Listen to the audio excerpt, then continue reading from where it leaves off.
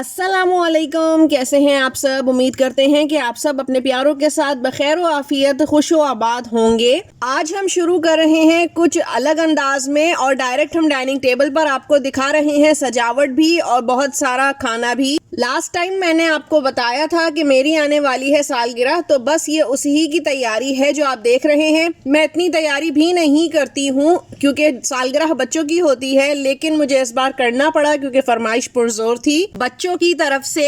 ये सब जो आप देख रहे हैं ये मैंने खुद बनाया है, केक से लेके ये तमाम चीजें मेरी अपने हाथ की बनी हुई हैं और मैं आपसे इंशाल्लाह इन तमाम चीजों की रेसिपी शेयर भी करूंगी। वैसे इस तरह के ओकेशंस पर आमतौर पर लोग बाहर जाना पसंद करते हैं, लेकिन मुझे अच्छा लगता है कि मैं खुद पकाऊं, खिलाऊं और एहतमाम करूं, तो इसीलिए ये सारी चीजें मैंने खुद बनाई हैं। मैंने बनाया था बीफ पुलाव, मटन चॉप्स, उसके साथ पराठा पूरी, साथ ही मीट बॉल पिज्ज़ा, मीठे में लबे शीरी था और केक मैंने खुद बनाया था जो कि चॉकलेट फ्लेवर का था। साथ ही रायता था बहुत सादा सा और कुछ डेकोरेशन कर ली थी फ्लावर्स और बलून्स के साथ। वैसे मैं मनाती नहीं हूँ बर्थडे, लेकिन इस दफ़ा मना के बहुत अच्छा लगा। बहुत अरसे बाद इतने एहतमाम के साथ मैंने बर्थडे मनाई। इस मौके पर घर के सिर्फ करीबी लोग मौजूद थे और कोई भी नहीं था और कैमरे के सामने आने से सभी जो है वो थोड़ा शाय फील कर रहे थे, तो जितना हो सकता था वो मैंने कैप्चर किया।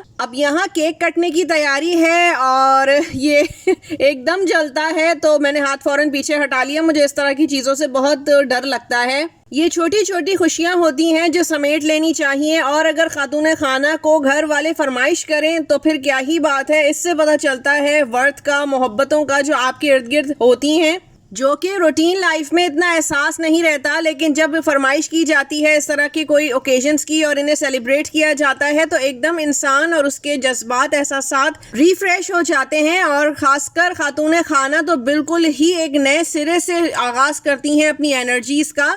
तो बस यहाँ मैंने ये केक कट किया था और ले जाकर सबसे पहले अपनी बेटी को खिलाया और फिर बाकी सब लोगों को भी। और इस तरह से केक कटिंग होने के बाद खाना पीना शुरू हो गया। बनाया तो 12 लोगों का था, लेकिन प्रेजेंटेशन को देखते हुए टेबल पे थोड़ा थोड़ा ही रखा मैंने। यहाँ पर सेपरेटली बैठकर मैं और मेरी बेटी खा रहे थे खाना। बहुत मज़ा आ रहा था, बहुत अच्छा लगा।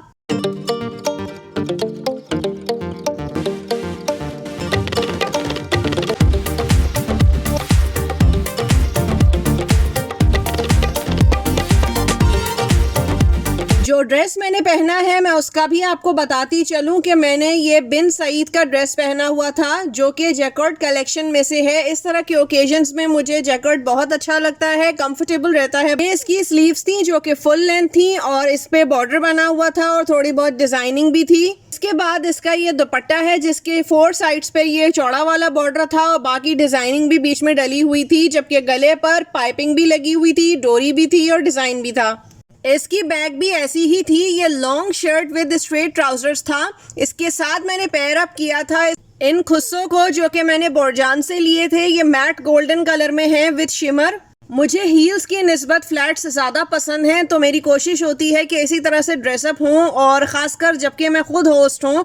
और इसके साथ मैंने सिंपल सा गोल्ड का पेंडेंट सेट पहना था और लिपस्टिक मैंने रेड कलर की लगाई थी शिमर के साथ। अब हुआ जाता है इस्लामिक सेगमेंट का टाइम, तो आज की मुनासबत से चूंकि मेरी सालगिरह थी तो मैं आपको उम्र की दराजी के लिए एक बहुत मुजरब वजीफा हदिया कर रही हूँ, जो कि खासकर दराजी उम्र के लिए है, लेकिन साथ ही इबादत, बरकत, खैर व आफियत के साथ लंबी जिंदगी के लिए बहुत मुजर्रब है। हजरत अबी बिन काब रजी अल्लाह ताला अन्ह से रिवायत है कि हुजूर पाक सल्लल्लाहु अलैहि वसल्लम ने फरमाया, जो शख्स सूरह तगाबुन पढ़े इस पर अचानक आने वाली मौत को उठा लिया जाएगा, यानी इसकी उम्र दराज हो जाएगी। सूरह तगाबुन 28वें पारे में मौजूद है, जबकि कुरान पाक की 64वीं सूरत है। करना आपने ये है कि इशा की नमाज के बाद सूरह तगाबुन जो कि सिर्फ 18 आयात पर मुश्तमिल है 3 बार पढ़नी है।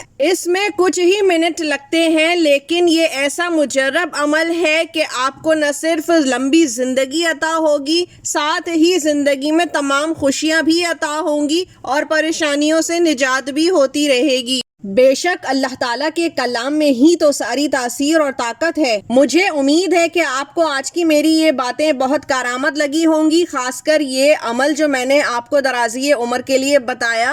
मुझे इजाज़त दीजिए, दुआओं में याद रखिएगा। अल्लाह हाफिज़।